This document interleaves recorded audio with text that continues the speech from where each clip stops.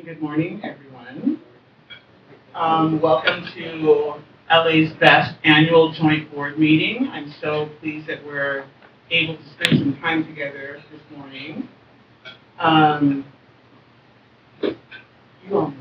My name is Michelle Broadnax, and this joint board meeting, the power of possibility, is what we're leaning into this morning. It's about celebrating the incredible impact that becomes possible when people, partnerships, and purpose come together. At LA's Best, possibility isn't just an idea, it's alive every day in classrooms, on playgrounds, and in communities across Los Angeles. We chose this name because every success story, every student who feels seen, every parent who feels supported, every staff member who grows into a leader begins with someone believing in what's possible. Today, we're bringing together our governing board, Best Friends Board, and Advisory Council, three groups of leaders and champions who support LA's best in distinct and complementary ways. This annual gathering is our opportunity to connect, reflect, and align on the opportunities ahead as one community. Before we continue, I'd like to take a moment to recognize several of our valued funders joining us today. I believe we have Dr. Whitney Strauss, who might be online with us today, Executive Director of the Advocare Foundation, and Melissa Gonzalez, Vice President of Student Impact at Great Public Schools Now, GPSN, who's supported us throughout the years and been a wonderful partner. We're so grateful for your continued partnership and investment in our mission. I'd like to acknowledge all of our board members who are present and our advisory council members and other funders who might be joining us virtually by Zoom. We're glad you're here and a part of this special gathering. So at this time, I'd like to ask all board members and advisory council members to stand and be recognized for your leadership and support for LA's Best.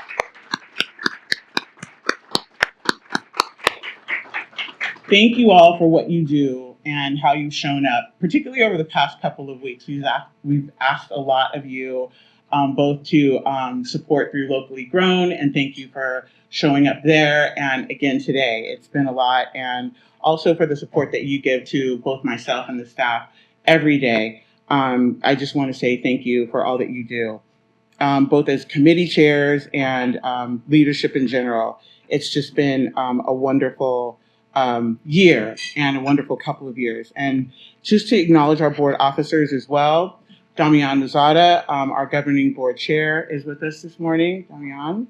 I'm not sure if Alyssa O'Hara has made it this morning, but Alyssa is our governing board vice chair. Adam Derrick, I'm not sure if he's with us, but he is our finance committee, our CFO, finance committee, and investment committee chair. Richard Chung is our advisory board chair, and Kristen Colbeck is our Best Friends board chair. So, and to our committee chairs, and we can give a round of applause to everyone as I finish this, just to acknowledge them and their hard work. Peter Hidalgo and Efren Vasquez, our trusteeship committee chairs. Kalechi Obundagomiri is our development committee chair. Mary Odell, audit committee chair. Andrew Said is our advocacy committee chair, and Edith Moreno is the advocacy committee vice chair. So a round of applause for them for their commitment and support of LA's Best. And before we dive in, here's a quick look at our morning together. Just go over our agenda really quickly. We'll begin with highlights from the past year, which we always enjoy, stories and data that showcase our collective impact. Then we'll hear directly from one of our school principals who's been able to join us, so thank you for joining us. From one of our school principals and LA's Best alum whose journey embodies what's possible when opportunity meets support. Finally, we'll close with a dynamic panel that I'm super excited about that's flown in from Northern California, some folks, and to be able to talk about place-based vision and deepen how we can deepen our community impact in years ahead. So without me talking anymore, let's go ahead and get started. So leaning into deep roots. I don't want to spend a lot of time on this because I really do want to spend most of our time on the panel. I think that's going to be the highlight of our conversation today. And our panel grew unexpectedly and excitedly like last night. And so we have an additional person that is going to be joining us from the California Community Foundation. So I'm excited for that person to be able to share time. But just to kind of go over a little bit of leaning into our deep roots as LA's best, I will spend less time on this than previously anticipated. But just a little bit about our decades of investment in our people and our programs and our partnerships. We've created a foundation at LA's best, and we know that. And we've created a foundation that families can count on. And year after year, we've done a great job at doubling down on that and really leaning into listening to our families, listening to our staff, and really talking to each other. And I think we've done an even better job of doing that with the strategic plan and having those courageous conversations that have allowed for us to recommit to our original kind of thought around what it is that we want to be in service to community and in service to, quite frankly, each other. And even through moments of challenge from economic downturns in the pandemic, LA's Best has never wavered in our commitment. We've adapted, we learned, and we've continued showing up for young people and families across Los Angeles. That resilience is a part of our DNA. It's a part of who we are. And it's a testament to the people in this room, including DeeAnn, and the work that she does with her team every day, and the staff in the field and the mission that we serve every day. And it's not just about the length of time that we've been doing this work, nearly 40 years. It's not just about that. It's about how deeply we've remained connected to the community. And it's the listening ear that we've had with the community. We've listened. And part of what we're talking about in doing place-based work is a feature of our listening to the community. Building community roots has always been our way of working. For this nearly 4 decades, LA's Best has existed because of our strong partnerships between LAUSD, families, and the city of Los Angeles, and the community-based organizations that we've built relationships with over these 40 years. These partnerships are what allow us to meet children and families exactly where they are, to listen, to adapt, and to grow with them. As we look toward implementing a place-based model, these relationships will continue to anchor how we expand our impact. They remind us that meaningful change doesn't come from programs alone. It comes from people, from principals who open their doors for 20 years, right? From families who trust us with their children, and from partners who believe in what's possible when we work together. So this is why we do what we do every day, right? This is our commitment to serving the community and to making sure that we're attuned to the listening ear to the needs of families and to what children need, and the evolving needs of children. What children needed in 1987, 88 is not what children need, in 2025. And we're attuned to that and we're paying attention to it. So with that, we have a principal with us today, and he's going to share with us stories from the field. Someone who has seen firsthand the power of partnership and community. And so I'm honored to introduce Principal Brad Rumble of Esperanza Elementary School, a longtime LA's Best partner and advocate, who's going to talk to us today about his relationship with LA's Best, if you will.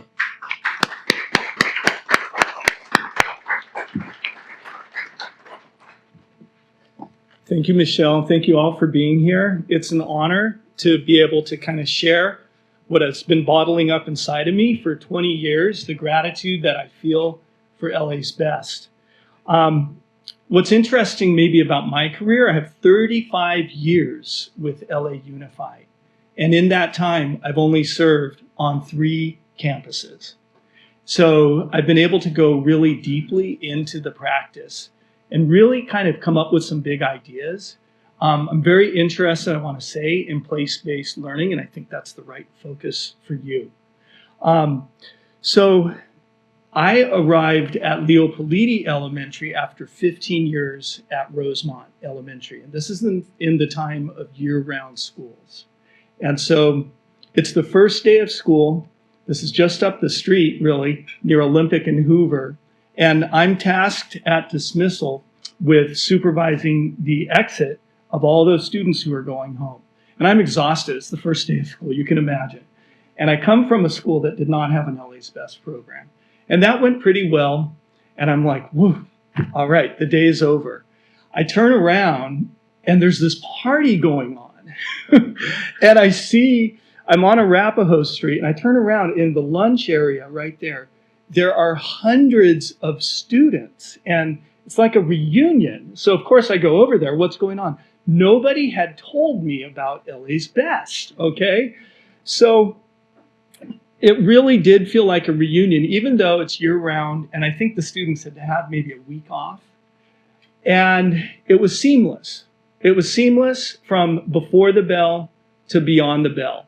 You have a leader there, I believe she's still there, Lourdes Manriquez, the site leader at, applaud, at Leopoldini. And that seamlessness from before to after the bell continued for all the years that I was there. So I was pleased when I was moved from Leopoldini Elementary in 2014 to Esperanza Elementary, that I was moving from one LA's Best site to the other. Now fast forward to yesterday. We're on minimum day schedule because of parent conferences. And I like to just walk the program, right, at that transition time. And I'm up there, I'm around first grade. I'm telling you this is true. You're going to think I'm making this up, but I'm not.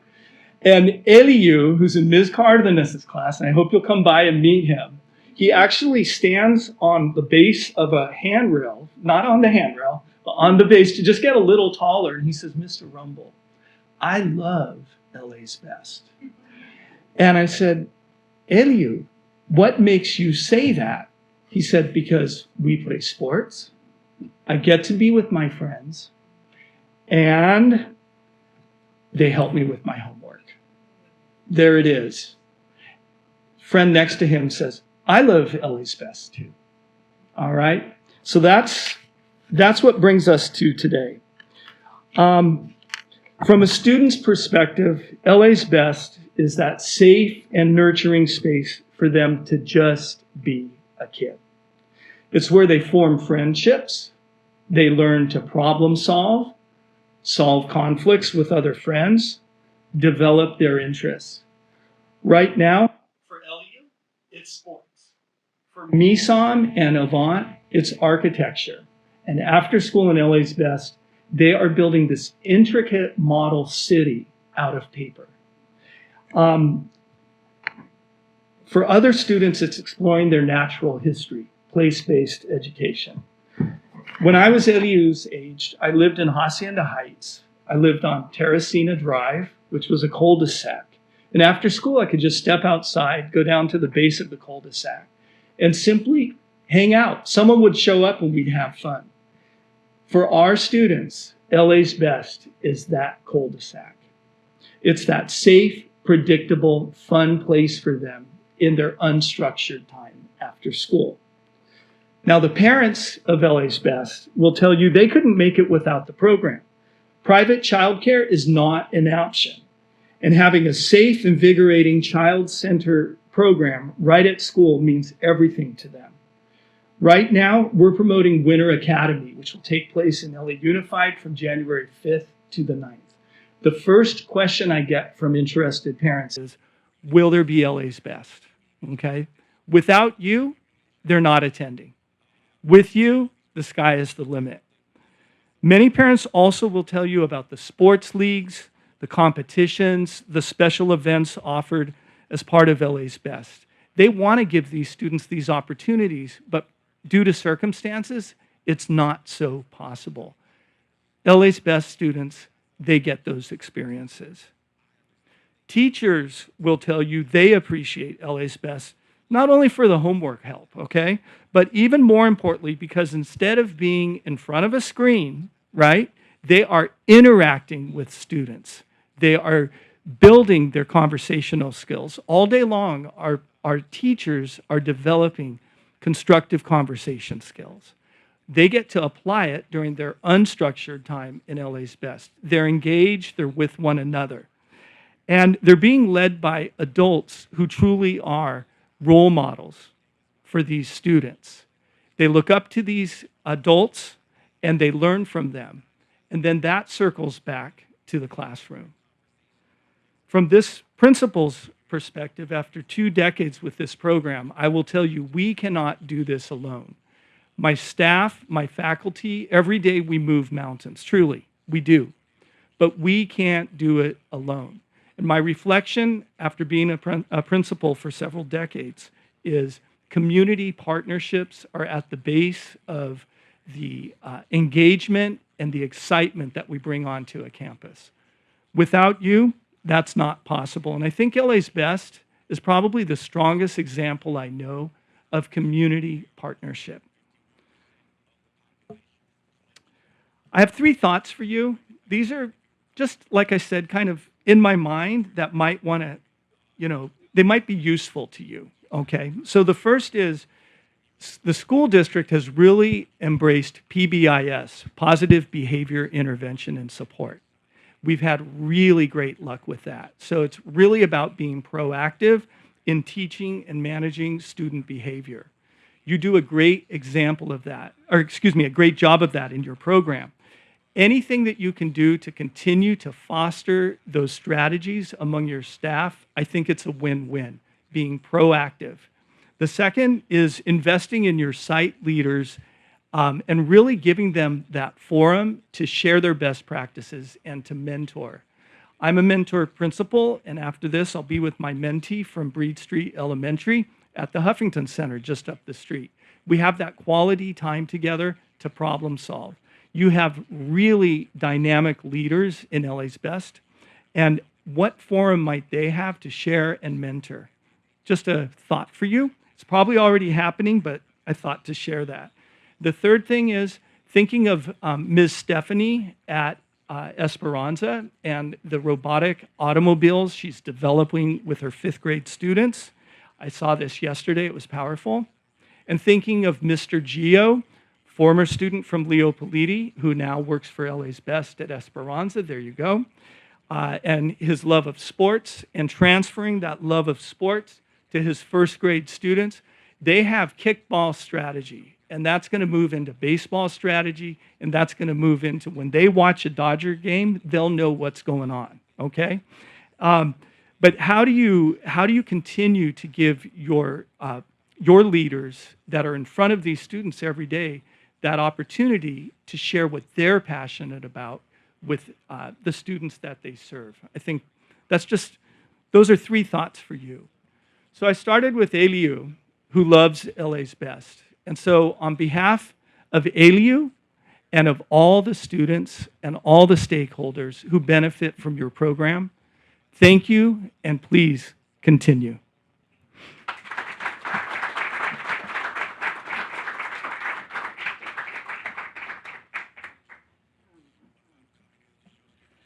Thank you. Thank you. So thank you, Brad, for sharing your powerful perspective. We really appreciate you coming out and talking about your experience. And I think your words truly capture the heartbeat of LA's Best, particularly when you talk about our staff, right? And I know DeeAnn is super proud when she hears about like how her team is really activated around, programming, right? And leadership in particular.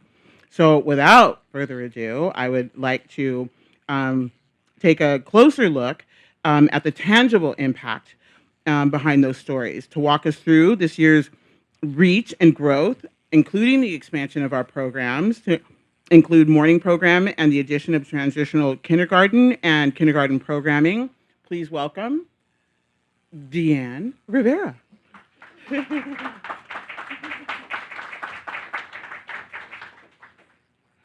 Wow.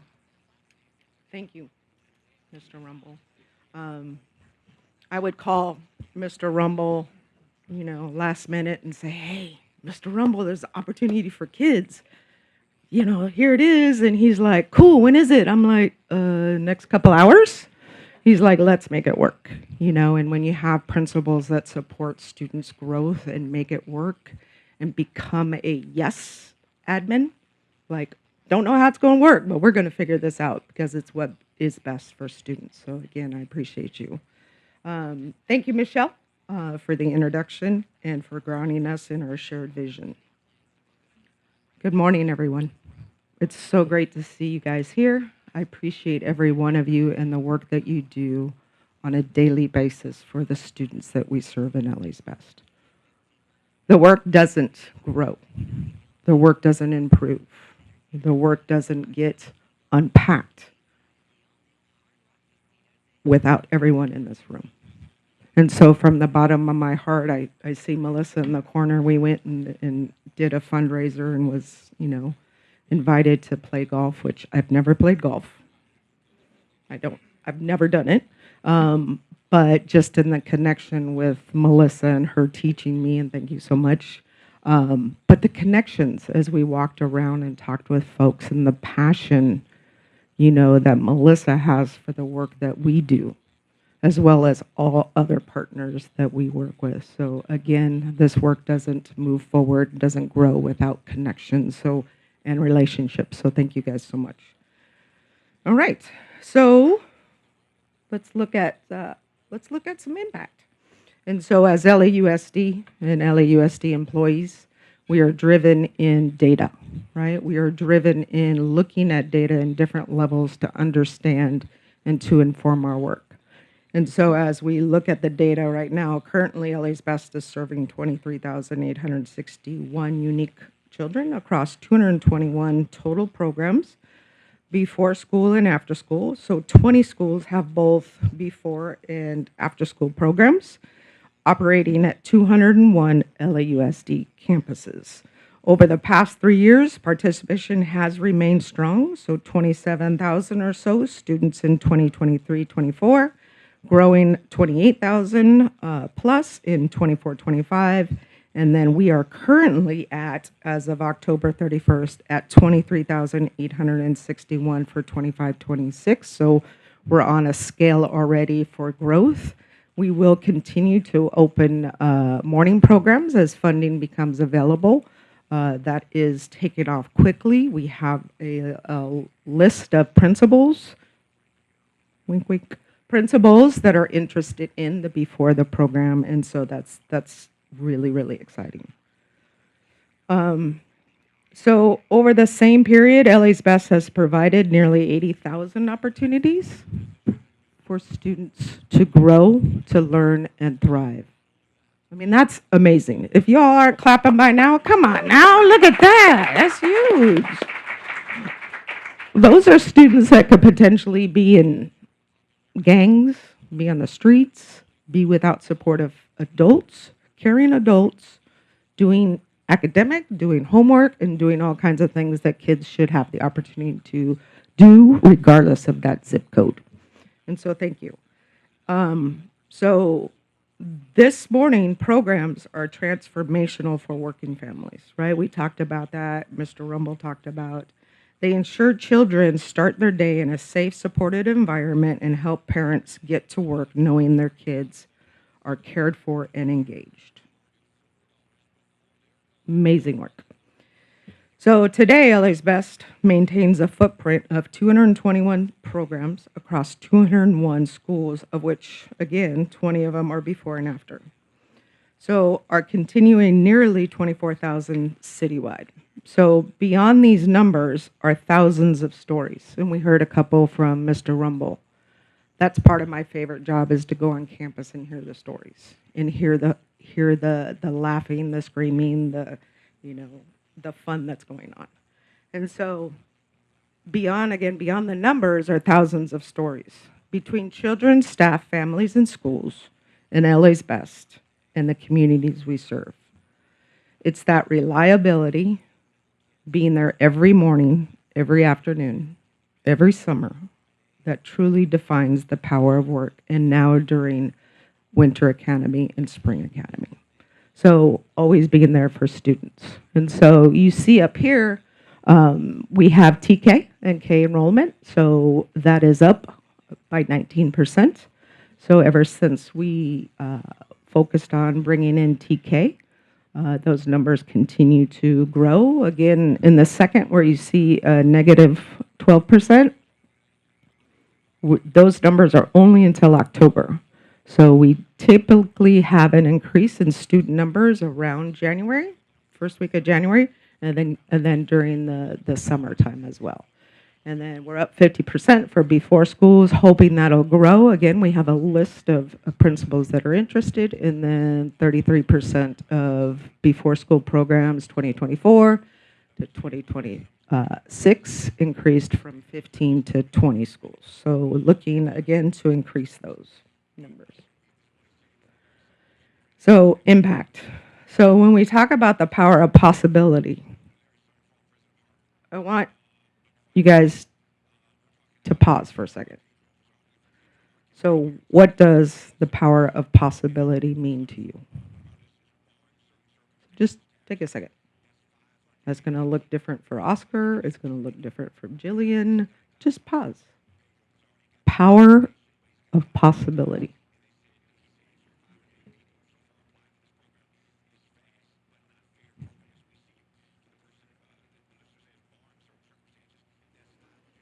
Thank you. Is it, I know when we're going fast throughout our day, sometimes we don't have the opportunity to stop and kind of think. And so I thought that was important for us to just kind of slow down in our thoughts as we get here and we're rushing in the morning and we have everything else and we got this going on and this, to really ground ourselves in that impact and what we're doing in LA's Best. And so sustained impact, again, serving 23,000 as of October, that will increase. Maintaining programs, 221 programs, again, at 20 morning sites and 201 in after school. Offering before and summer programs for TK and K is on the increase. So overall, we're increasing our youngins and bringing them in and close from four-year-olds all the way up. So really pushing that and getting that population of students engaged. So when we talk about the power of possibility, we're talking about more than data. We're talking about impact. Every number represents a child who feels safe, seen, and inspired.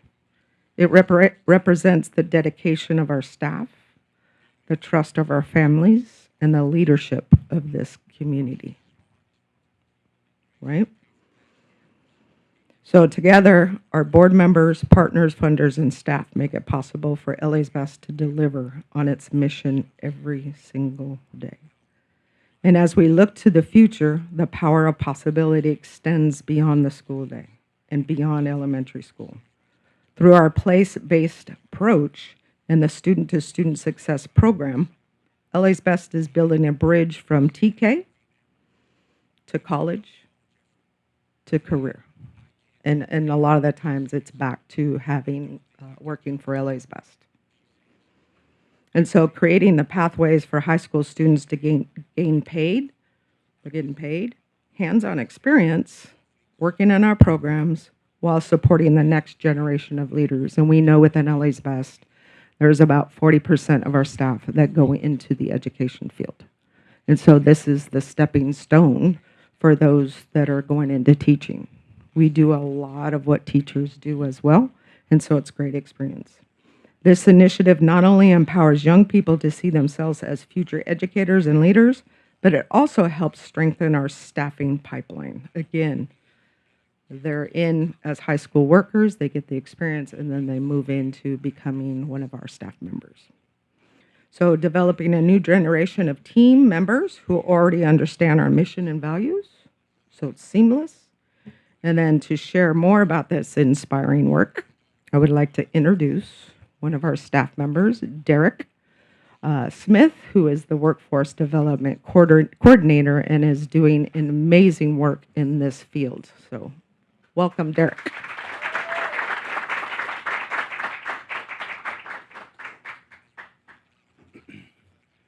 Good morning, everyone. Thank you, DeeAnn. I'm honored to be here presenting to you all about the work that I do in LA's Best. So like DeeAnn said, my name is Derrick Smith. I'm one of the Workforce Development Coordinators with LA's Best. I've been with LA's Best for almost 8 years, starting at the site level, working my way up through the positions, to now currently at the operations office. And I'll be talking about our student worker program. So the Workforce Development Department started a little over a year and a half ago. We focus on the 4 R's and the S, which is student workers. So we focus on recruitment, retention, recognition, and resources, and student workers.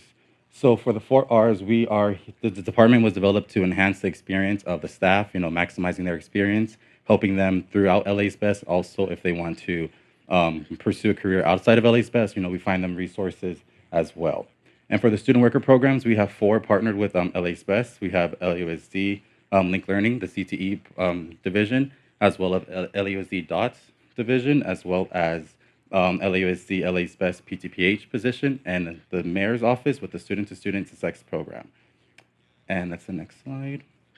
So our partner, this is the student-to-student sex program, our partnership with the mayor's office, EWDD department, LAUSD, and LA's Best. We offer high school students paid work job training. They get the hands-on experience at the LA's Best sites with the kids, and they're helping TK through 6th grade students, as well as their impact. So I had the opportunity to talk to the students, meet with the students, and we check in with them. Some of them do share that this job is really great for them because they get to use the money that they earned to buy, their first pair of shoes. That's what one student told me, as well as I talked to the counselors and the high school teachers, and they shared that some students use this money to purchase the senior prom tickets, senior grad night tickets, so senior activities as well, and as well as they use this to support their families. So that is a good experience for them. So some numbers, last school semester, 2024-2025, we had nearly 800 student workers at our LA's Best sites across 131 LA's Best sites, partnered with our 4 programs. And this current semester, we have 200 across 61 school sites. And that is a large number as well as we have from the last school semester, we had 78 who are interested or joining us to be PTPH positions. So that's the LAUSD, LA's Best position. And we also have 66 of the seniors from that group who would like to become PWs, so to work directly at the PW level at the school site. And I know another story I like to share is some students have shared with me that, this experience had them build confidence, get out their comfort zone. They are more shy and reserved, but, the kids, they're not shy. They come up to you, they ask you all types of questions. So it forces the students to get out their comfort zone and speak on their behalf, talk about what they like to do, how this job helps them, as well as I know some students wanted to do like engineering or plumbing or veterinarian, but by working with the students, they changed their career path to be like working with anything in the education field. So, this job and this program is great for the students, and I hope we continue this program as well. And to hear directly from the students, we did an interview from China 35, I think May of this year, and we can watch a little video about how this have impacted the students at our LA's Best sites. Student-to-Student Success Program, or S2S for short, is a program that's led by the Mayor's Office of Economic Opportunity to provide paid work experience to high school students at a nearby elementary school, where they're able to get work experience, support younger students with academics, enrichment activities, and physical fitness activities. We have 2 different avenues for the students to go about after completing the student-to-student program. For our juniors, we offer them PTPH role or part-time program helper. And essentially what that is that they get to continue with us the following semester or school year, earning a little bit more money, not having as tight of a cap on hours worked, and officially being LA's Best employees. For seniors, it's a little bit different. We give them priority applicant status once they graduate, and if they're interested in continuing with us as program workers. The reason why I want to do this is because I felt a great connection with the kids, and honestly, it was a great experience. My confidence used to not be as high. I used to be a little bit more nervous towards people. This got me out of my shell to become a more outgoing person, especially because of kids. The way the S2S workers have set a positive message or bond with our students, they've actually communicate very well with them. They help them out, and you could see the appreciation that the students have for them, where now they ask us, hey, are the guys coming over today? And that shows me that they have a good bond with the kids and that they enjoy being here and that the students enjoy them too. Some of my favorite experiences would probably be like art and like doing art with the kids, because I feel like I could connect to them over something that I like. I could teach them how to draw and all that type of stuff, you know? Many of these youth, this is their first time that they're ever going to have work experience. This might be their first job, and it's been a really great partnership to support the LA's Best After School program while also supporting the students to ensure that they're able to get real-world work experience before they graduate high school.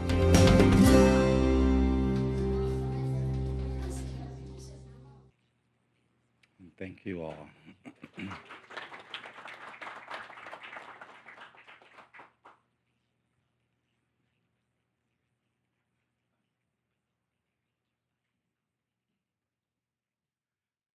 Thank you, Derrick. The SOS really captures the full circle impact of LA's Best, from early childhood to high school to career. Good morning, everyone. My name is Salvador Manriquez. I do government relations for LA's Best. And we first met Erick during a side visit with Assemblymember Muratsuchi and Bandini Elementary. Shout out to Assemblymember Muratsuchi for his support with children across California. It is my honor to introduce Erick, and LA's Best alumnus, whose journey reflects what is possible, because when we invest in children, we invest in the leaders of tomorrow. Please join me in welcoming Erick.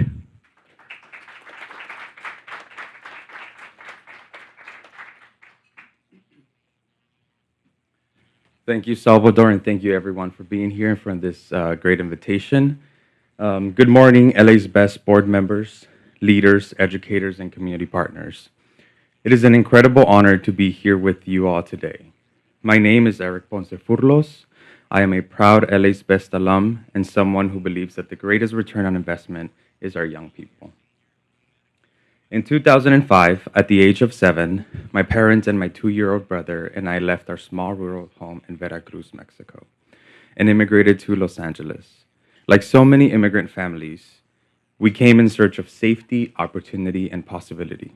While I don't remember every detail of that journey, one core memory stands out.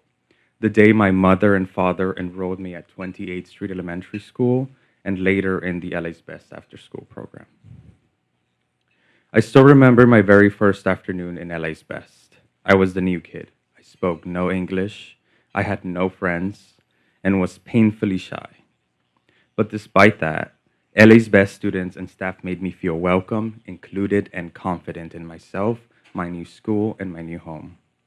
LA's Best staff helped sharpen my English skills, and they helped me catch up with the rest of my class.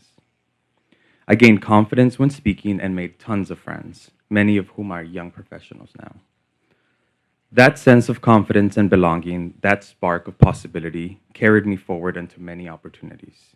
It guided me through high school at Santee Education Complex, to El Camino College, to UC Berkeley, to Washington, D.C., to Mexico City, and now into public service, where I serve as field representative and intern coordinator for Assemblymember Muratsuchi, who is the chair of the Assembly Education Committee.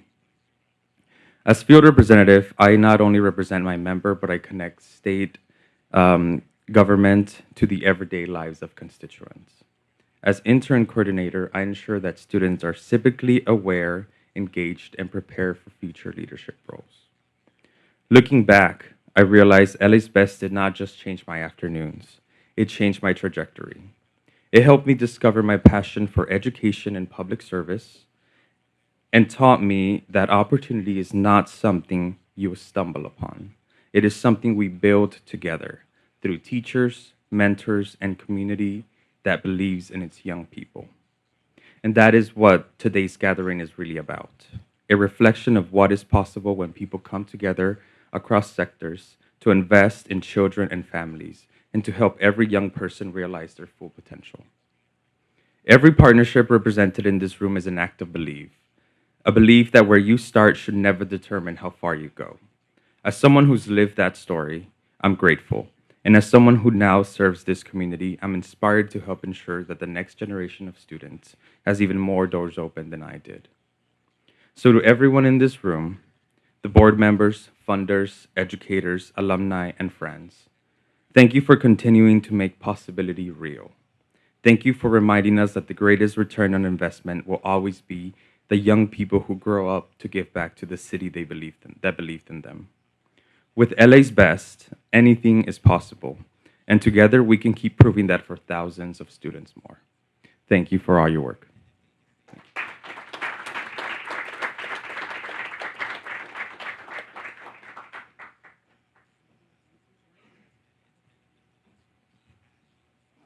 Thank you, Eric. Your story reminds us why this work matters and why it's so important. And I remember meeting Eric on a site visit and being so impressed with his story and excited to be able to retell it. And I think really even in that moment saying, we have to tell your story. And doing that immediately. I think we connected you with Jesse and made way to kind of get your story telegraphed out to our community right away. So it's so inspiring and so motivating. And thank you so much for being willing to not only come to Locally Grown and participate, but being able to come back again this morning and share with our community again. Because what you just heard isn't just about our past, it's a foundation for what comes next for LA's Best. And so while our panel transitions to the front of the room and takes a seat, I think we're going to tee up right now a video that we received yesterday afternoon from Assemblymember Bonta by surprise. It was so nice to be able to receive this. So can we have our panelists come to the front and take a seat here, and our moderator? We were going to take a little break, but I'm just so excited for you all to be able to hear from everyone. And I think the little break will, if you need a break, take a break. But I would much rather us have a moment to hear from the panelists, if that's okay, and to take the time that we need. And while folks are coming up front, I think we should go ahead and tee up our lovely video, if we can.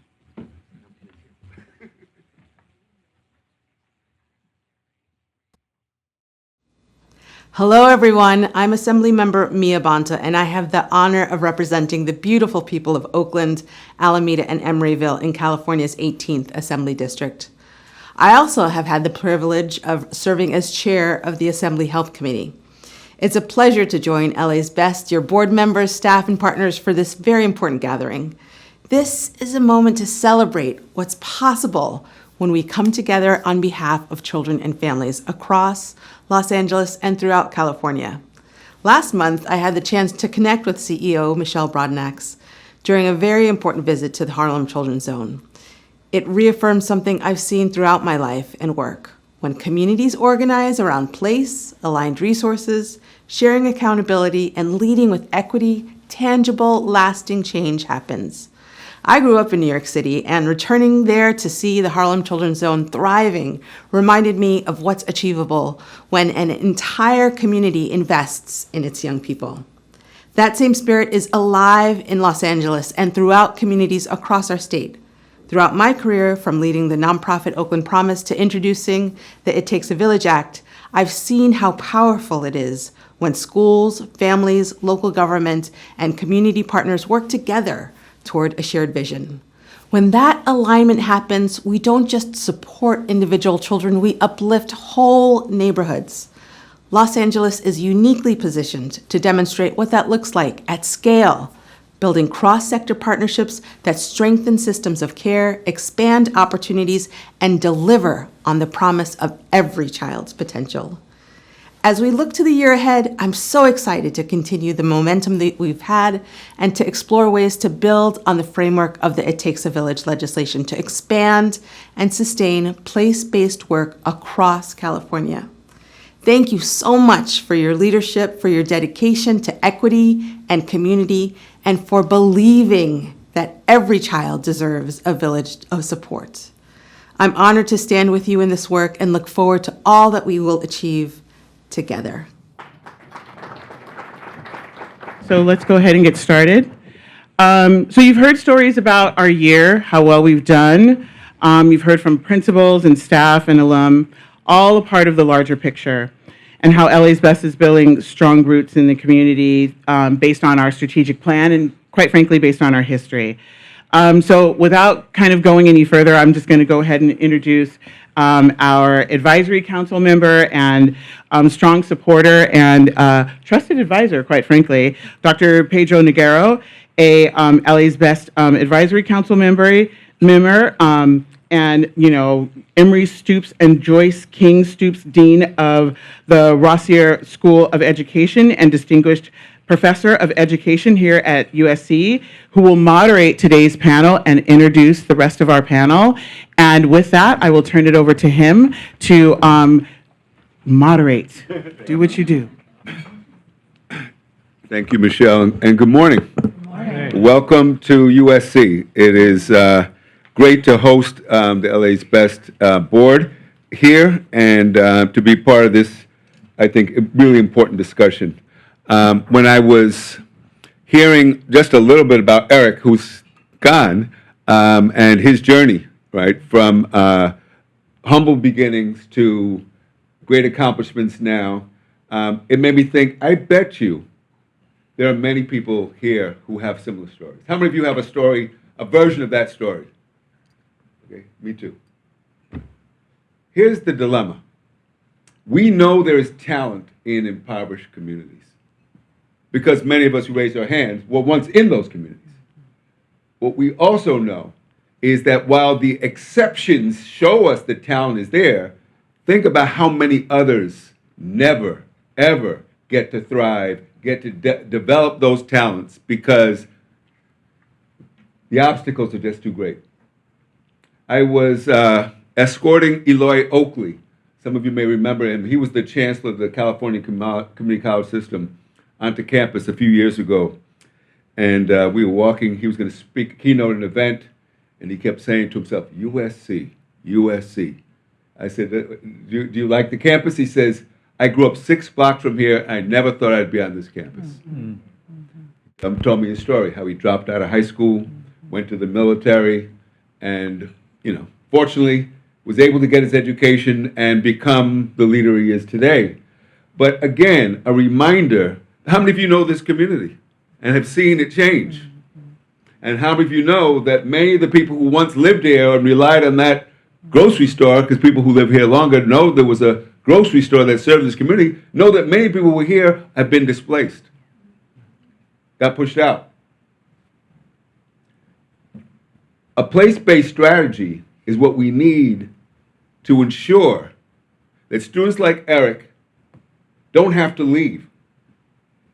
They get to come back and be leaders in their community. The message we've been sending to a lot of young people who come from poor neighborhoods is, if you work hard, if you're successful, you can escape. Suppose they actually don't want to escape.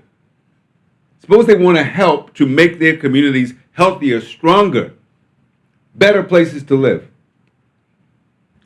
When Michelle told me she wanted to focus on a place-based strategy and the model was the Harlem Children's Zone, I was excited because I'm a New Yorker too, and I know the Harlem Children's Zone extremely well. And those of you who don't know this story, I encourage you to read the book that describes that journey. They served 12,000 kids from birth through college, comprehensively. Everything, not just education. They're doing dental work, music, everything.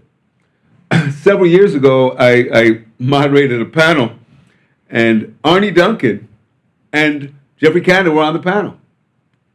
And this was before Arnie was named secretary. And Jeffrey was describing all the impressive work that was going on. And at one point I said, well, Jeff, given all this work, are you seeing evidence that it leads to a rise in test scores and a rise in graduation rate? And Jeffrey said, I reject the question. I said, why do you reject the question? He says, because when we help affluent kids, no one asks if we fix their teeth, will it raise their scores? We just fix their teeth. We just give them music. We just give them what we think they need. We don't say in exchange for higher test scores. I said, well, that's a really interesting response. So then I turned to Arnie, who was at the time just finishing as superintendent of Chicago Public Schools. I said, what do you think of that? He kind of flustered. He said, I think he needs the evidence. Here's the dilemma. The policymakers are looking for the wrong evidence. They're focused on test scores, and we should be thinking comprehensively about young people and their lives. Shamika and I were walking today, and we were talking about young people in foster care. The outcomes for young people in foster care, 60,000 in California alone, are horrendous. Horrendous. And so many of them come from families with incarcerated parents. So the big question we've got to ask is, how do we break the cycle of poverty? How do we use education as a strategy for not just improving the lives of people like Erick, I keep talking about you, Erick, but whole communities, so that we actually see positive change. So we have a great panel today. Let me start by introducing Shamika Gaskins, who is the president and CEO of End Child Poverty California, powered by Grace. She has a background in law and public policy. She's a policy advocate. I won't describe the whole background. It's in your packet, but you have somebody highly skilled and qualified on the panel today. Luis Granados, he's the Chief Executive Officer of the Mission Economic Development Agency in San Francisco. Right. Turns out my brother once held that position, so it's good to see you, Luis. Since 1999, wow, that's a long time.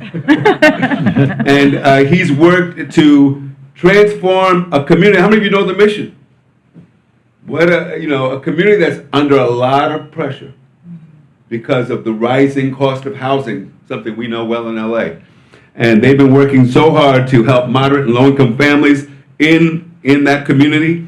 They have a place-based strategy that we're going to hear about. I also want to introduce Antoine Roberts. He's the Vice President of Community Investment and Engagement at the California Community Foundation. Thank you, Antoine, for joining us. He oversees the CCF's community impact and engagement work, integrating grant making, advocacy, and strategic partnerships to drive systemic change. And then we also have Jillian Spindle. Jillian is the Chief Strategy and Advancement Officer, also with Meta in San Francisco. She's flying out. I saw her luggage with her today.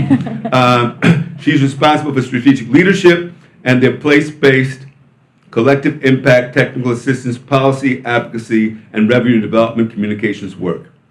And then finally, Steve Zimmer.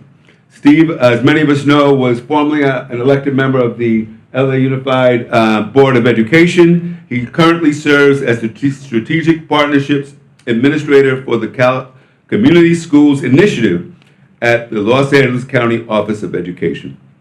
Steve and all the others, thank you for being with us. I want to start with a question. I'm going to pose the questions. And why? Why a place-based strategy? What's the advantage, and what can we learn from the places that, unlike the Harlem Children's Zone, I always have to remind people, they have a bankroll coming direct from Wall Street that has financed that impressive work. What do we do when we don't have that kind of access to capital? How do we do this work so it can be impactful? So why don't we start? Who's ready? Raise your hand. Antoine, you ready? All right, and then we'll just come right down the line. Why? Good morning, everyone. So I'll share a little bit about why this type of work is important for the California Community Foundation, right? So I was just sharing with my colleague on the panel here that CCF just adopted a new strategic framework, and the way we designed this framework was quite unique, right? So we did it by actually centering the voices of people across LA County. So from Lancaster, Long Beach, to South LA, Southeast LA, El Monte, we were in rooms just like this, talking to everyday residents, talking to nonprofit leaders, really trying to have conversations around what it looked like to live the good life, what sort of systemic barriers prevented them from doing that, and what role could CCF as a foundation really play in helping to, alleviate and address those concerns, right? And it was really powerful for us to step outside of our ivory towers and not think about, what we think the mission should be and what we think the work should look like, but to really ground our approach in the voices of, residents across the county, and to try to marry the best practices that we have access to based on our vantage point and the lived experience of residents who are navigating through challenges that some of us can't even imagine. Right? So coming out of this approach, one of the unique things that I'm really excited to share about CCF, right, is we're moving away from having these siloed approaches to grant making. So if anyone in this room has engaged with CCF in the past, you're probably familiar with engaging with program officers through a framework that looked like education, arts and culture, housing and economic opportunity, all with a through line of civic engagement. There was an immigration portfolio as well, right? So the big shift for CCF is we're not moving away from supporting any of those issue areas, right? But we're doing them in a way that's deeply rooted in place. So now all of the program officers in our impact team, they'll represent different service planning areas across LA County, right? And that's so important for us because we know that solutions in Long Beach look different than solutions in Lancaster, right? And trying to approach these challenges with a one-size-fits-all model doesn't really work, but there is an opportunity to marry what we see as best practices with I'll call it the local genius necessary for successful implementation, right? So that's why this work is important for us. That's why we're embarking on this journey. Honestly, I'll say it's a more difficult way to implement this work, right? It takes a lot of effort to remove the barriers that prevent people from participating in, shared design processes and removing barriers that prevent people from participating in civic engagement more broadly. But ultimately, we know that the outcomes that we're striving for are so ambitious, and the challenges that we hope to overcome are so unique that the only way to do it is through authentic partnership with communities. And why don't we just go right down the line, Julian? Great. Good morning, everyone. So I'll share a little bit about why we. Is it on? I think. Yeah. Okay, great. I'll share a little bit about why we started the Mission Promise neighborhood in San Francisco over a decade ago. And our why was we were coming into this space as an asset building organization. So we were working primarily with the Latino immigrant community, focusing on building long-term generational wealth. At the time, we had no connection with the public schools. We didn't really have a connection with the early learning sector. And while we had a lot of services in our community, a lot of nonprofits working, those services weren't connected and they weren't integrated. And so we also work really closely with the Harlem Children's Zone, and our model was inspired by the Harlem Children's Zone and funded by initial Department of Education Promise Neighborhood funding back in the Obama days. But we saw an opportunity to connect our work in trying to end intergenerational poverty with the schools. We realized we were all serving the same families. We had excellent after-school partners providing excellent after-school services similar to LA's Best. And we were not meeting all of the needs of families. So it's that ability to have this multi-sector, cross-sector integration to coordinate services in service of the families that are in our community, in service of achieving better outcomes for those families. So that's a big part of our why, and I can share a lot more. But one thing that always stuck out to me when we were planning for an extension grant for Mission Promise Neighborhood after about 4 or 5 years in, and we were sitting with some of the principals, and they said, in my classroom, 4 out of 5 kids are in crisis, right? Their family's experiencing homelessness, perhaps they had a job loss in the family, domestic violence situations, and my teachers are not equipped to take that on, right? Teachers are in the classroom to teach. They're there for the academic journey, and so for us to be able to wrap around support for the whole community and be able to create conditions so that children can show up ready to learn and we can provide that support system outside of the school and throughout the whole neighborhood, that's our why. Good morning. Well, then maybe Luis will elaborate further on some of the wins you've had on this work. So, but Luis is coming up. I'll toss it to you in a minute. Good to see you, everyone. Thank you for having me here. I'm really excited about the possibilities for Los Angeles.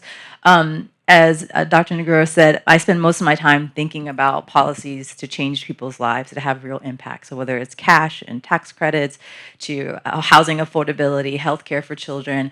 And what we often see in the policy world is that we fail in the implementation. We win, we have a lot of wins, we get programs stood up, but when it comes to whether it's making a material difference or people are feeling like it's making a material difference in their lives, that's where we struggle. And that's because oftentimes in place and in implementation, it's siloed. So the health clinic is over here, there's the schools, there's the CBO that's maybe helping people get connected to their SNAP and their CalFresh or housing vouchers, but none of the resources are aligned and the services are connected and coordinated and as a community. And so the big why for us is we know that the work that we do at the state level and the federal level is only as good as it actually gets implemented in community and it actually has a material difference in the everyday lives of folks. And that place is really critical because we've spent so much time, and I'm always thinking about systems change, divesting from communities particularly. And so this is the way to reinvest and wrap around the resources that we know are critical to make sure that children and their families thrive. Thank you. Thanks, Shamika. It's an honor to be here, to be with you. I guess my two real quick answers to the why is, number one, it works.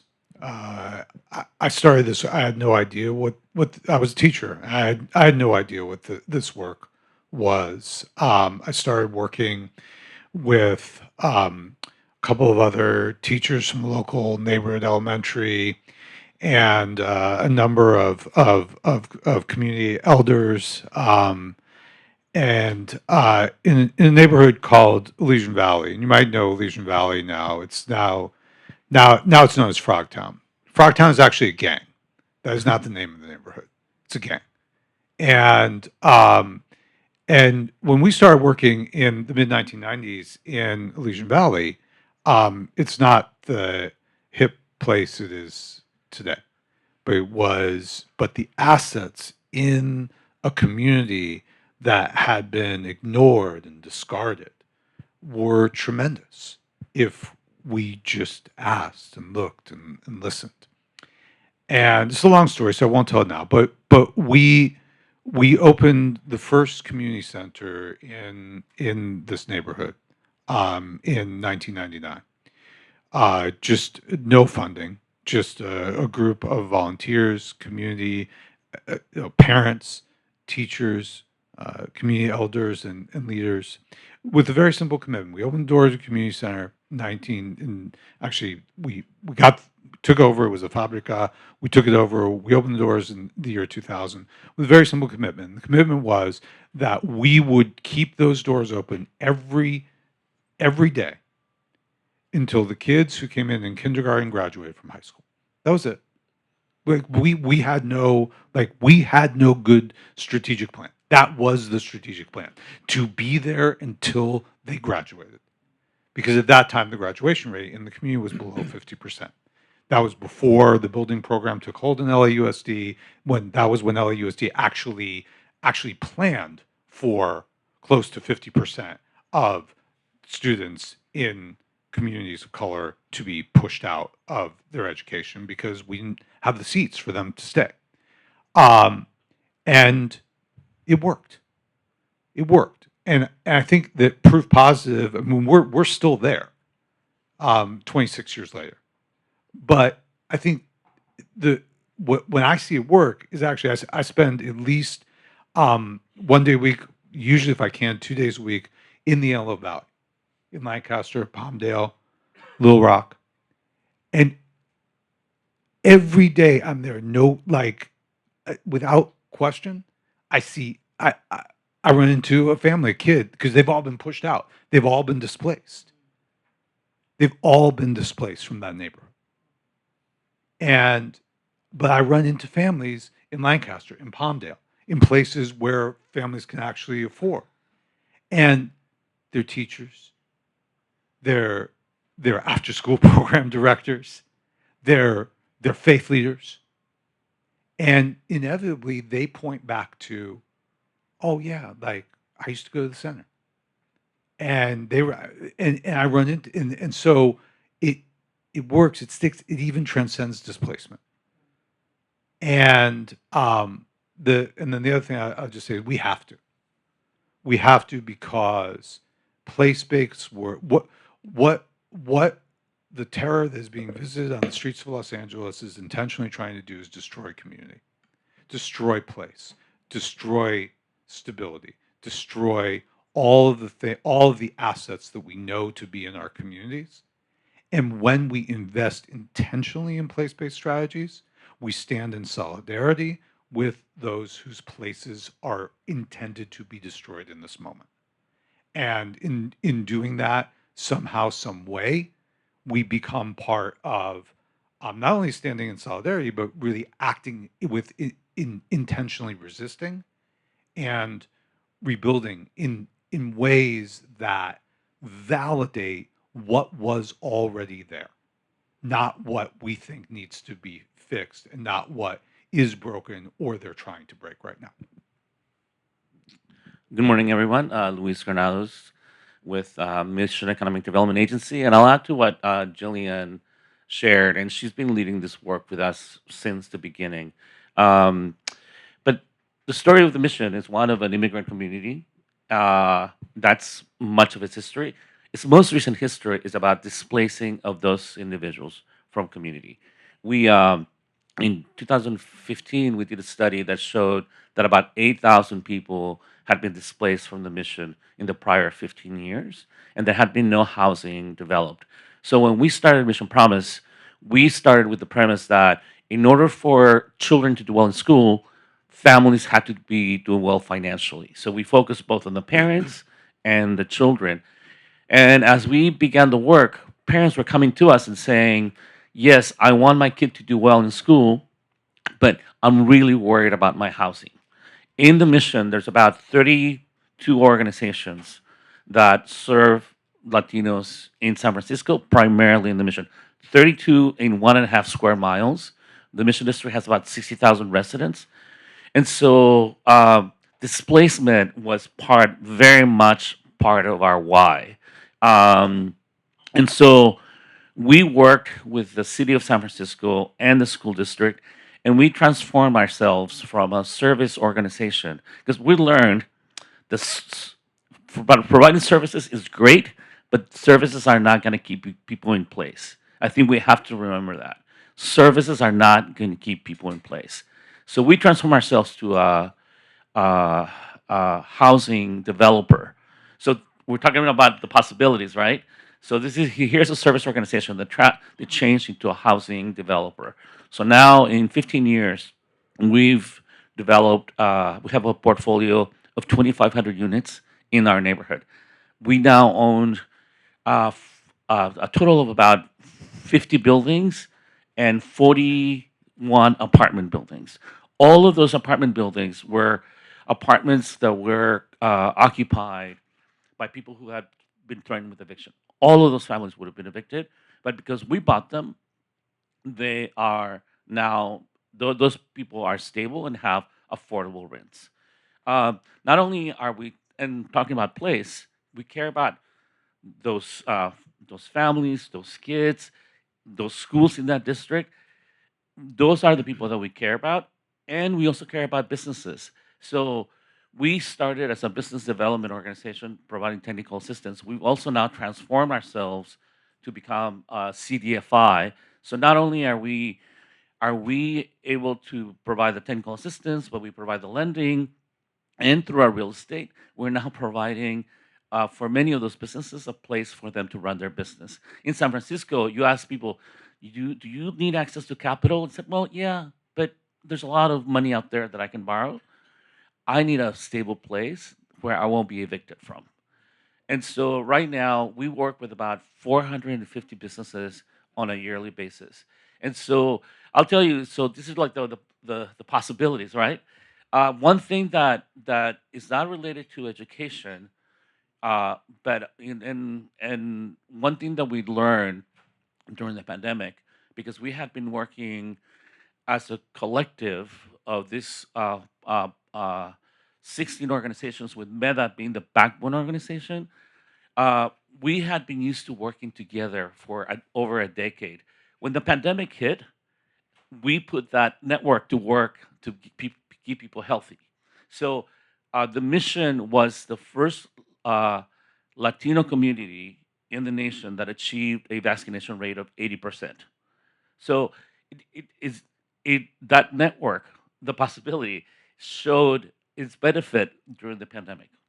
So I just want to again emphasize the about creating something around here that looks like a promised neighborhood. I would lean into what else can I do beyond services. Thank you for that. So since you have the mic, and I want everybody to try to address this question, and you've been at this for a long time, what words of caution do you want to give? What could go wrong as LA's Best tries to take on this place-based strategy? What should we be learn from the experiences of your organization doing this in the mission? Yeah, I would say like a few things that I would ask Jillian to think about that. But I think to me, uh, in order to do this work, you have to have very strong governance. You have to make sure that your leadership is right there with you. You have to make sure that you bring them along. What I've seen in other organizations is that when things go really bad, it's generally not because of money. It's not generally because of the staff. It's the governance part of it where there's a misalignment there. And I think I would just really pay a lot of attention to the governance. Obviously, don't spend more money than you have. Basic rule, right? That's never a good idea, right? Basic rule. Watch your money, and go out there and hustle for money, right? That's what I mean. Jillian can talk about. I mean, Jillian is an excellent fundraiser. She's the one who's created a braided funding strategy for our work, and she can talk a lot more about that. But those are my actually like. But I would also I would be, I would be cautious, but I would not lead with caution. I would lead with what's possible, right? Like I would not hold back. I would just lean into it with all you can. All right, Julian, since he set you up, why don't we just jump in? And what else do we have to think about and be careful? Yeah, one of the things that occurs to me is making sure you are working very closely with a deeply rooted neighborhood-based organization that has that history, that has the relationships, that is willing to take ownership over neighborhood outcomes, who's willing to take accountability, right? And I've heard this phrase lately, a coalition of the willing. I think that's really important, is that people are coming to the table because of the vision, because of the mission, because they see what's possible, and not because of money, right? Not leading with that. And that they also, everyone at the table has to be willing to be in it and to go through the tough times. We might make it sound easy, but it wasn't. Like, I've lost a whole lot of sleep over Mission Promise Neighborhood and keeping it going over the years. And there's been many years where we had a funding cliff and we didn't know what we were going to do the next year. And so I think it can't really be about the money. It has to be driven by the mission and the vision and that willingness to stick it out, because we're talking about long-term generational change. And Harlem Children's Zone is a great example of that. They've been at it for decades. We've been at it for, well, Meta's been there for 50 years. We've been doing this particular work for just a little over a decade. But that's really core, I think, from my perspective. And Andrew, I don't know if you could answer this, but LA has tried this before with limited success. Do you know about that and why, and what we could learn from that limited success? Yeah, no, place-based approaches have been tried by different foundations in the past. I think a great point that's already been made that I'll overemphasize here, because I think it's important, is be in it for the long haul, right? Understand that some of the metrics and the outcomes that you want to track, you may not see movement on them in the first 2 years, in the first 3 years, right? Especially if you're looking at the right thing. So I think it's really important to make sure that you all are in this and thinking about it as a long-term strategy, as a long-term investment, and that you're designing those outcomes in partnership with community, right? You're not holding community accountable to outcomes that you design, alone by yourselves. I think another point that I think is extremely important. And, I'm not going to say the names of some of the foundations that I know have tried this and been unsuccessful, but I think it's really important to ensure that you create a container that really fosters and encourages collaboration. Right. So it's not just one organization that's your implementation partner on the ground. It's really finding ways to incentivize coalition work, right? To incentivize collaborative fundraising and collaborative program design. And then one of the things that I'm really excited about, and I don't know if this was tried in the past, but I think there's a huge opportunity to think about how do you streamline service delivery, right? So how do you create a single access platform, right? Or creating those opportunities that are community based, where one organization that's doing case management or intake has visibility to all the different resources that exist within that community, and then can do those warm handoffs. And I think a foundation like California Community Foundation is uniquely positioned to address some of those needs because our mission is so broad, right? We're not locked into a perspective that is solely focused on education or economic development or workforce development. My approach to the work is to really think about what resources we have at our disposal and how they can best be, leveraged to meet the needs of the communities that we care about. Great. Shamika, do you want to add in on this conversation about lessons we should learn from other efforts like this?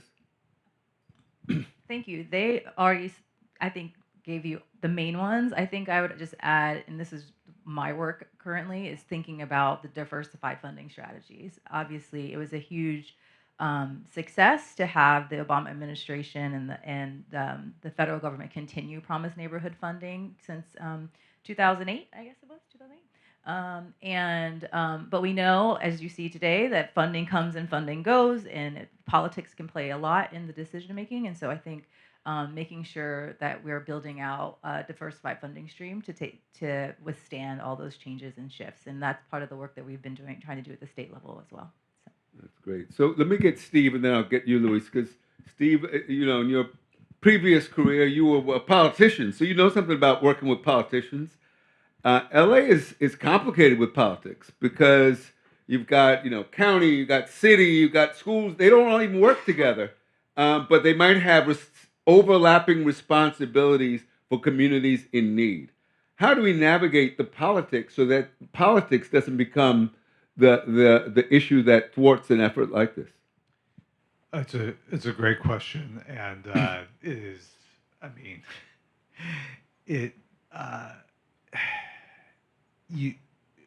I think that I want to hear this. I think the mistake is to thinking that I think folks make two mistakes in terms of engaging elected officials. I think one is that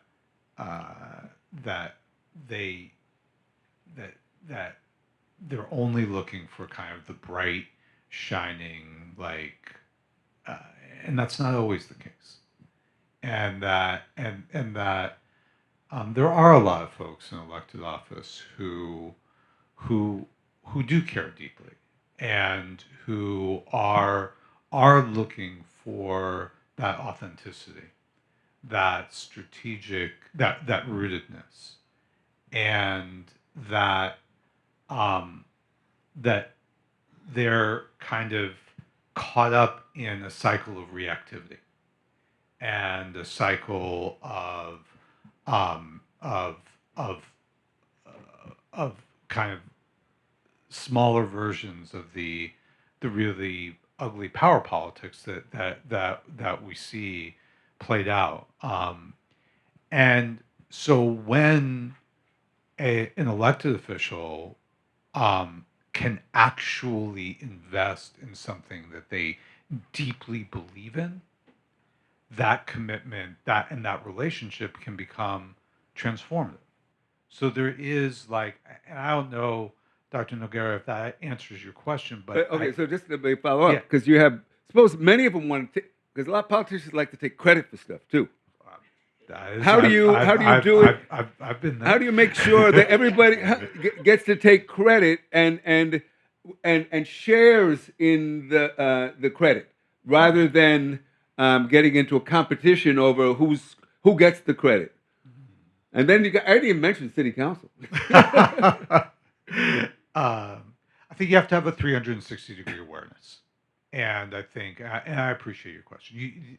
Yes, like understanding the world that they live in and the reality that they have to deal with is, rather than kind of getting caught up in like, why are they like this or what, like that is their reality. And I think that you can have both. I think that you can, if you are strategic, smart about it, it is, it is possible to share that credit around, have those moments, those spotlight moments, but also really working. I'm gonna say I saw Erick works for one of our elected leaders. Staff is very important. Sometimes folks think, oh, I've got to get FaceTime with the elected themselves. Building that relationship with staff is super, super, super important. I leaned on my staff all the time and trusted them. And I'm very proud to say that all of my staff for 8 years. Because of that trust that I have. And so yes, understanding the terrain and the landscape, just as you would in terms of the strategy around around developing housing and developing the capital to invest in that, understanding the strategic landscape of engaging in the labyrinth that is LA politics, but also just not being driven by that. Be informed about it, but not be driven by it. Because the folks, you asked about like, why didn't it work? We were too driven by that. Organizations got a lot of funding that were not necessarily the most rooted organizations in community. And when we do this again, I would urge us to be informed by the labyrinth and the needs of the folks who are in those positions of power, but be driven exclusively by what we are in, like our authentic engagement with the folks who know that their community is not broken and doesn't need to be fixed, but actually needs folks to make that long-term investment side by side to walk the journey of change. That's great. Luis, you want to jump in there? Yeah. Is this on? How do I turn it on? I think it's on. Okay. Good. Thank you. I would say that to do this work, it's all politics. It's all politics. It's all politics. Like it depends on the issue. It depends on the day. Like for instance, to do this housing, we did the study and we had to work with our supervisor, convince the supervisor that his political platform should have housing as one of the key issues.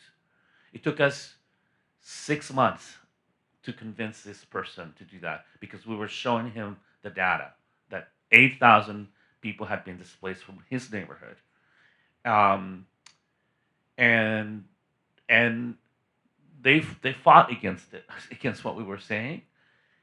Fast forward 4 or 5 years later, when we were building the housing, they showed up to the ribbon cutting, sharing the success, right? I mean, and I think you have to figure out how to make politicians accountable so you get to a point of problem solving with them and then do the partnership.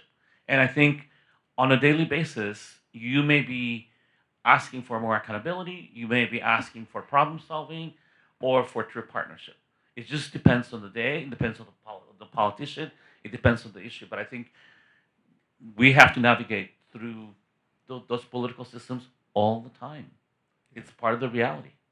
I think the saying goes, success has 1,000 fathers, failure has none. No one wants to own that right. when it fails. And we want, listen, and our job at Meta, we see making sure that we align all the various political forces are around our strategy. And we see that as a success. You know, so we align the supervisor, the mayor, the state representatives, the federal government. That's success for us. That's what we're aiming for. We're not going after people because we don't like them as a politician. We want them to align around our agenda, and that we see that as success. And I think that's how they perceive us. That's great. You know. So one more question, and we're going to open it up for the audience. This is a kind of out of left field, but it's important. The Olympics is coming to LA. That represents potentially an opportunity because there's a lot of money coming with it. How do we make sure that the communities that we're thinking about will benefit from some of this money coming in to further the objectives we've been talking about today? Any thoughts on that? Shamika.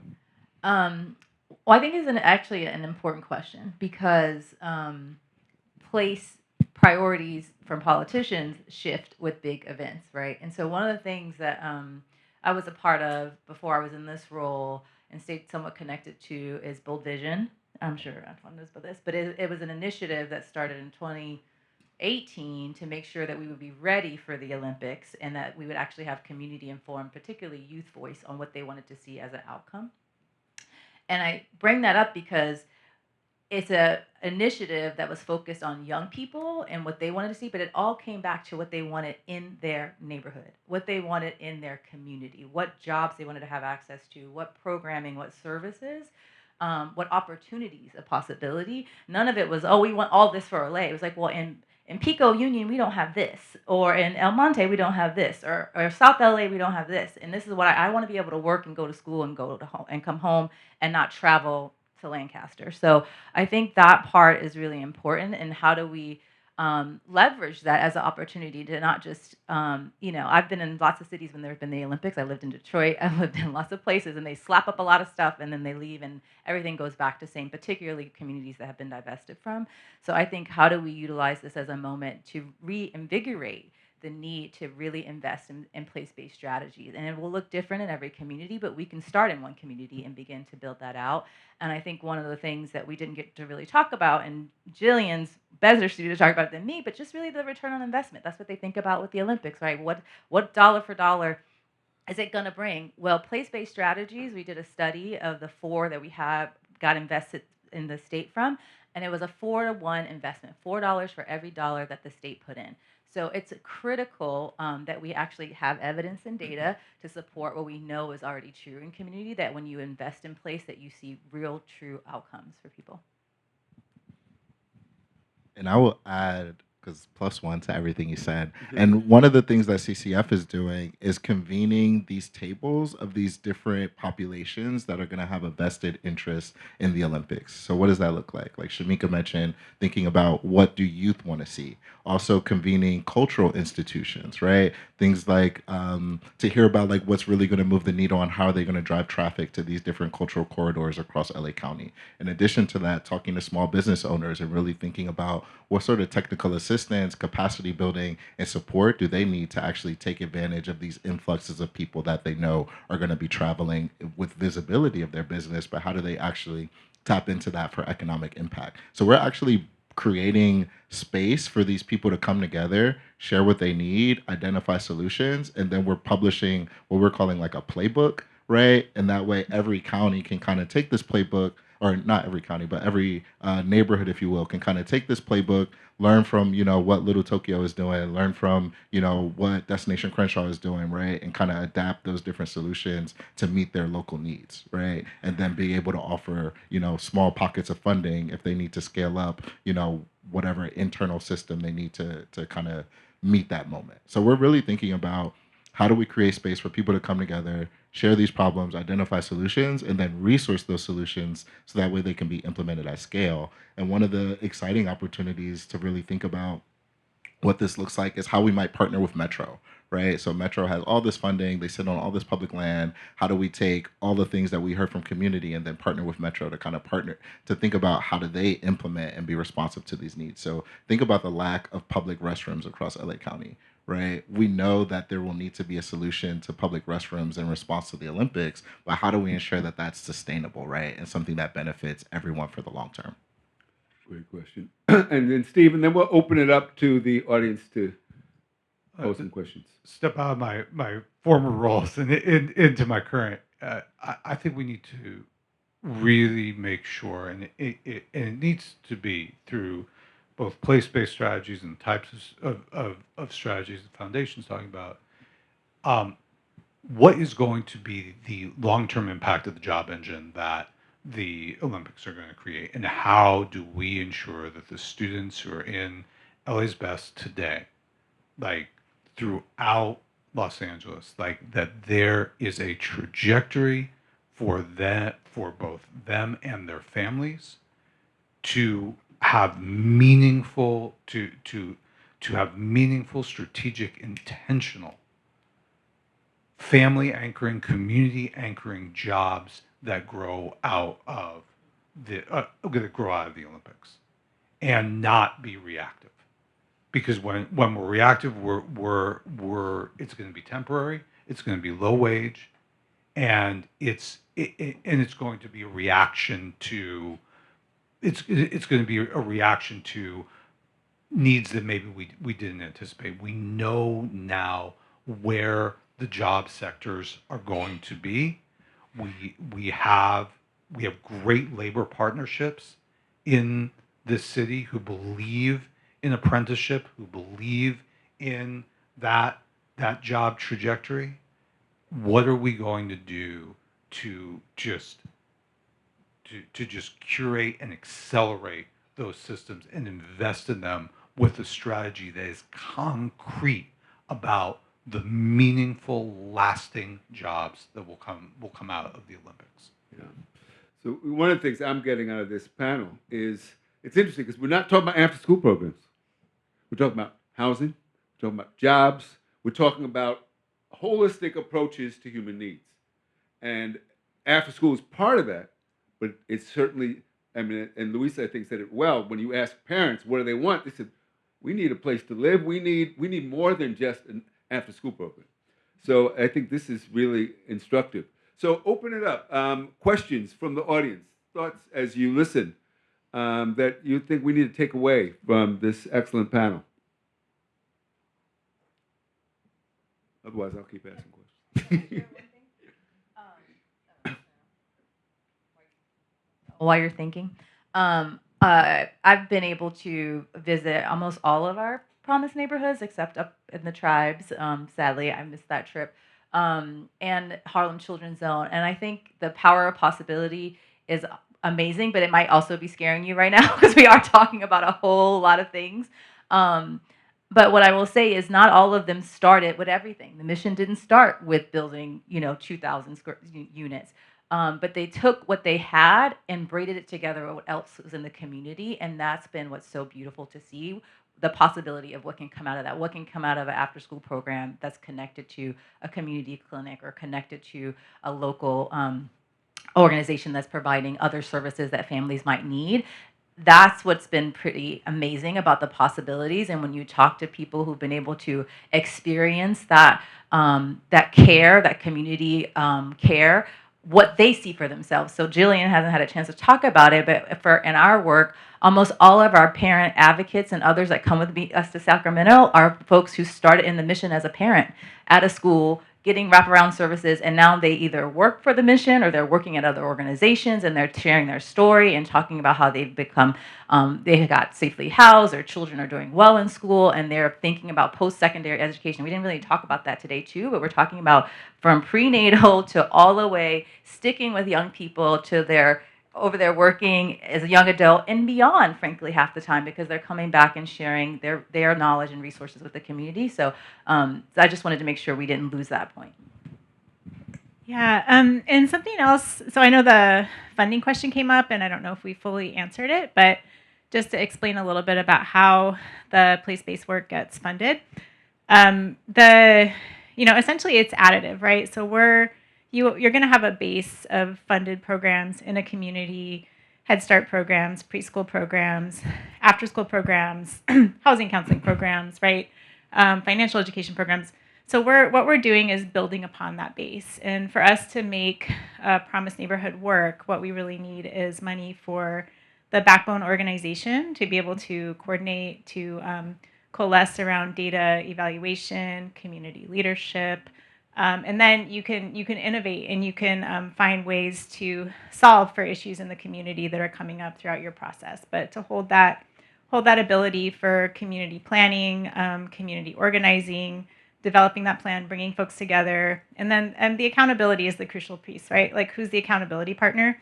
Who's going to take ownership and say, the kids are not reading at grade level, or the graduation rate at this high school has gone down. What do we do about it? Or the displacement crisis is happening. What do we do about it? And so I think those are the things that we need funding for in order to do this work. And we started out with federal funding. Over the years, we moved to a braided funding mix. So we've had foundations at the table. Some of our early funders included folks like the San Francisco Foundation, JP Morgan Chase. Now we have the Younger Family Foundation, Crankstart, Blue Meridian Partners. We were able to get the state to invest $13.5 million to support this collective work, right? And we're still working on that effort with Shamika very closely. And we've also gotten the city to invest in it, right? And I think that's the key, is we are where we are because systems are where they are. And so when funders fund in silos, we end up working in silos, and we only do one piece of it. So we need more of that. I'll look over here. We need more of that flexible, right? That flexible, integrated, holistic funding that allows us to do this in a community, and that has that kind of flexibility. And that was the beauty of Promise Neighborhoods, is they didn't tell us. They told us what our results were. They told us what our indicators were. They expected us to make movement on them, but they did not tell us how to get there. And they did not tell us you have to do it this way, right? And so I've seen this work all over the country. I've been really fortunate to be able to see it play out all over the country. It's had just dramatic ability to change communities for the better. Everything from community leadership to graduation outcomes, college-going outcomes, community stability outcomes. But it looks different everywhere. I've seen it led by tribes, by universities, by large, citywide or countywide organizations that decide to go deep in a neighborhood, by community-based organizations like Meta, and that's the great part about it, is the community can shape and determine how it looks and make it work for them. So just to say that there's not one way to do it. I think the funding, there is a pretty big movement right now nationally that's growing with funders that are interested in place-based work, that are interested in economic mobility, and that are interested in this concept of a neighborhood as a unit of change, right? I think we're seeing that if we invest in things citywide or countywide, they may or may not reach the people they're intended for. And so when you start to focus on the neighborhood as a unit of change, which Harlem Children's Zone, credit them for coining that one too, you can start to see that change happen. Let me bring up something I think we also have to consider. In both Harlem, and then I was also thinking about the Dudley Street neighborhood in Boston. Some of you may know that was another effort that really successful. When the neighborhood starts to stabilize, it also becomes attractive to others, and you create the conditions for gentrification. So how has Meta dealt with that? Because Meta's under that pressure constantly because of the shortage of housing in San Francisco. I think, again, the basic reality is that the community has to own the land. The community has to own it, right? Otherwise, people are going to be evicted because there's going to be people coming in who can pay more rent than your constituents, for sure. So again, I go back to services do not keep people in place. Owning the land does, right? Just from a prior question, things to be cautious about as you're thinking about possibilities. I would say for us, one thing that we could have done a lot better is grow our systems internally to make sure that we can handle the work that's coming up ahead. Looking at your finance department, looking at your risk management department, looking at your HR, and how do you grow that infrastructure so that as you take it on this different role, you're ready to actually do the work that you want to do because you have the back office infrastructure. The other thing, you asked me to talk about some of the wins. I think a win that may be coming up for us, hopefully in the near future, is that San Francisco may become the Mission Promised neighborhood. We have Mission Promised neighborhood, but San Francisco may become the first promised city in the nation. So we will go from a promised neighborhood to a promised city, and so that's something that we're working on right now. What does that mean?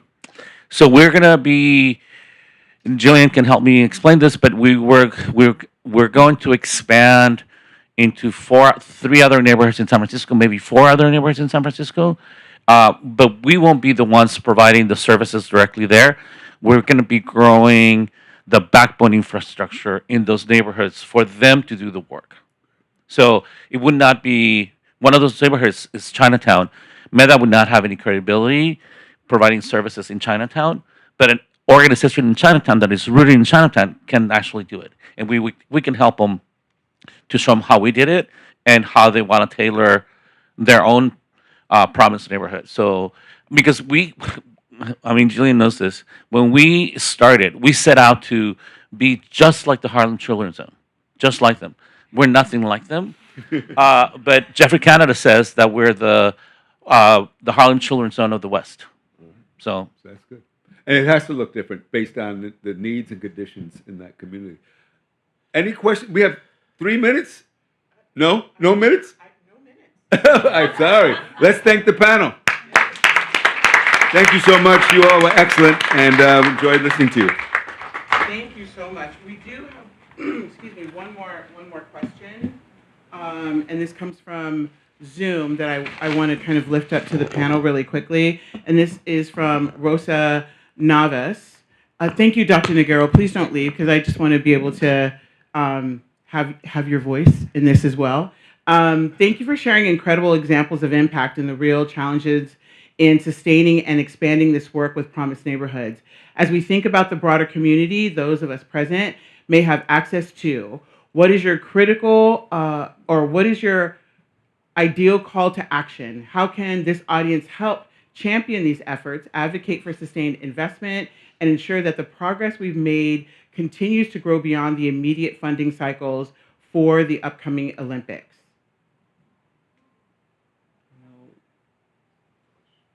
To the panel. Dr. Nogueira, if you might have, I don't know. I'll start. I think it's important to keep the conversation going around the importance of place-based initiatives, right? I think, the question came up around, hey, this hasn't worked before. What's going to make it different now? And I think across this panel, we have a lot of reasons why it's still a very viable strategy and it needs to continue to be resourced, right? We shouldn't let the failures or the shortcomings of the past really stop us piloting and experimenting and really thinking about how do we implement this successfully in the future. I would agree with that. And I think my ideal call to action too would be that we come together to really push that we need a promised neighborhood strategy in Los Angeles. So when I'm in the Capitol, you heard from Assemblymember Mia Bonta, most of our promised neighborhood or place-based strategies are in other parts of the state. And so we have a huge gap. We have so much political capital right here in our own backyard. We have the most children, for me specifically, the thing I care most about is we have the most children living in poverty right here in this county. So we have the greatest opportunity for lasting and transformational change that we are not tapping into because we're not using a coordinated strategy. I would say, again, think about the possibilities.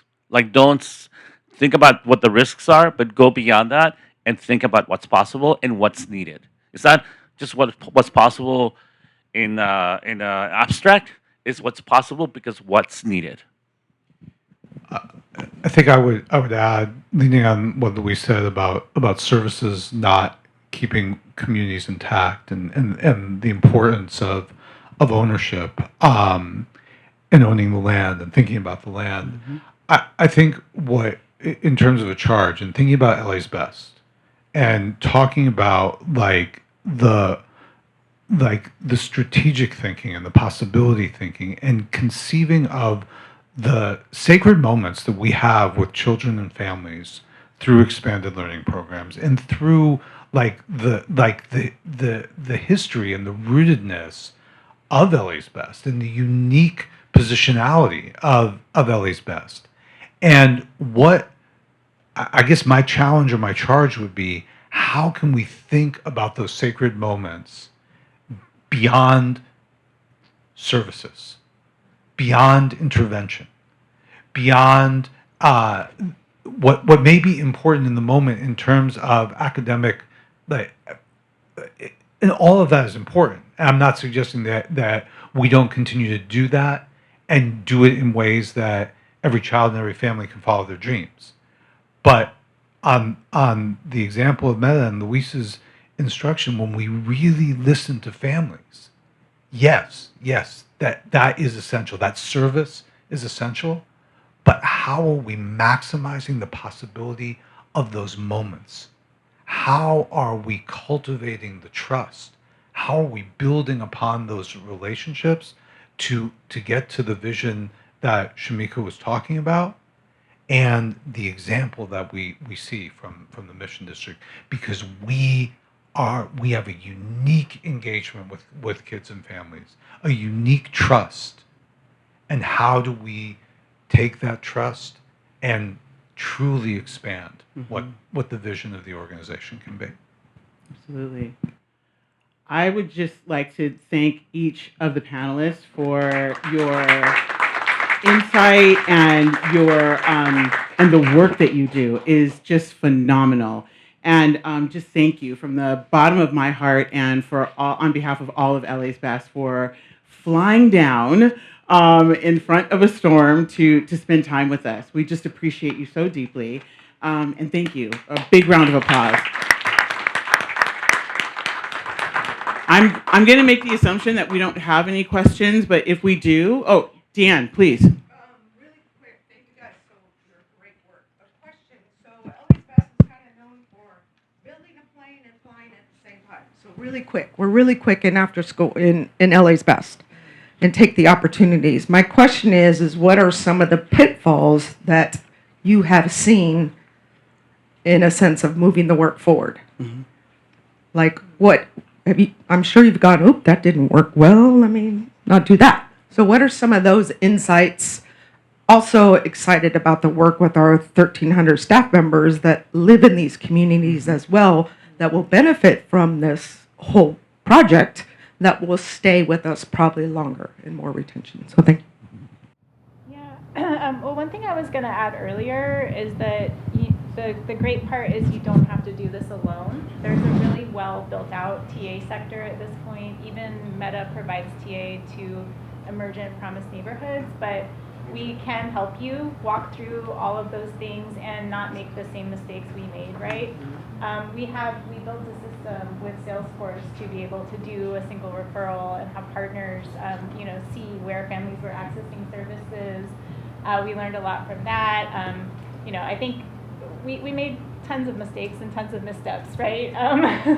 So I think we didn't realize how long it would take to get off the ground and how long it would take to start showing results. So, I often tell people, think about what your early wins can be, think about visibility.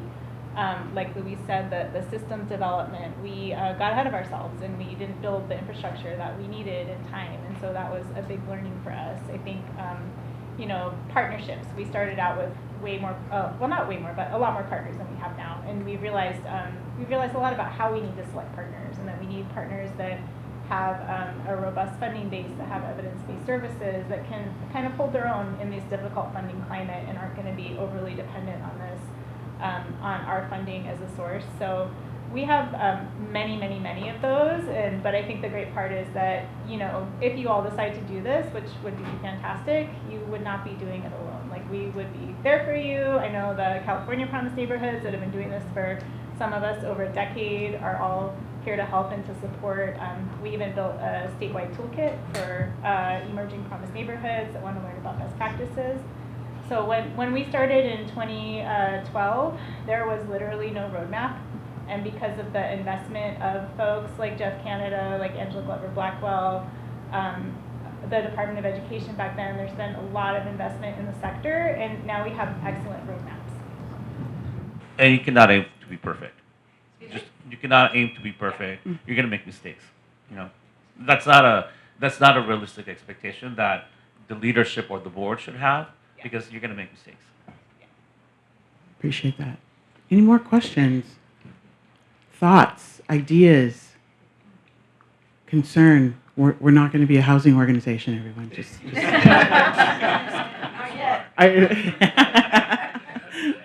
yes. So just a question generally, because we're talking about balancing finances, risk, and all of that, is just kind of wanted to hear maybe from the Meta folks and others, to how did you balance, like when you first made that decision, yes, we're going to take on this, work, and how did you kind of plan out, obviously you're not going to do all the work at once, but how did you kind of take into account the risk and kind of what was needed in those beginning stages? I think I don't know that we consider everything that we had to consider from the get-go. I think we just first got into the work and then realized, oh my gosh, our finance department is not what it needs to be. Mm-hmm. So then we had to go back and fix it. Oh, our risk management, and we're a much more complex organization right now. So we need a risk management department. So we have it now. I think it was an incremental approach to our growth and growing our back office. And I think like DeeAnn shared earlier, because there's other people who have done the work already. If LA wants to do that kind of work, you can learn from them. You can learn from us, and the mistakes that we made, and how to fix them, or how to prevent them. All right. It's 11 o'clock, I think a little past 11 o'clock. I want to just thank everyone for their time and just say, together we're not just imagining what's possible, we're proving every single day. Thank you for being a part of it. Thank you for being a part of this journey. Little steps at a time, everyone. We're going to go slow. We're going to go slow to go fast. And for everything you all do to make LA's best possible, thank you. Thank you from all of us. Appreciate you.